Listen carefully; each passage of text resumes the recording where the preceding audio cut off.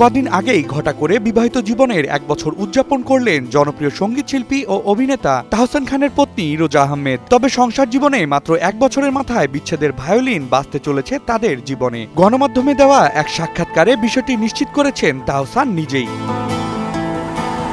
বিচ্ছেদের প্রসঙ্গে নিজের বক্তব্য স্পষ্ট করে তাহসান বলেন, আমাদের বিচ্ছেদের ঘটনা সত্য।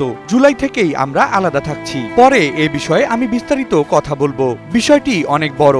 সবকিছু চূড়ান্ত হলেই বিস্তারিত জানাবো। 2025 সালের 4 জানুয়ারি মাত্র 4 মাসের পরিচয়ে রোজা আহমেদকে বিয়ে করেছিলেন তাহসান খান। রোজা পেশায় একজন অভিজ্ঞ মেকআপ আর্টিস্ট। তিনি বাংলাদেশ এবং যুক্তরাষ্ট্রে টানা 1 দশকেরও বেশি সময় ধরে ব্রাইডাল মেকআপের কাজ করে আসছেন এবং বর্তমানে যুক্তরাষ্ট্রের নিউ ইয়র্কে নিজের একটি প্রতিষ্ঠান পরিচালনা করছেন।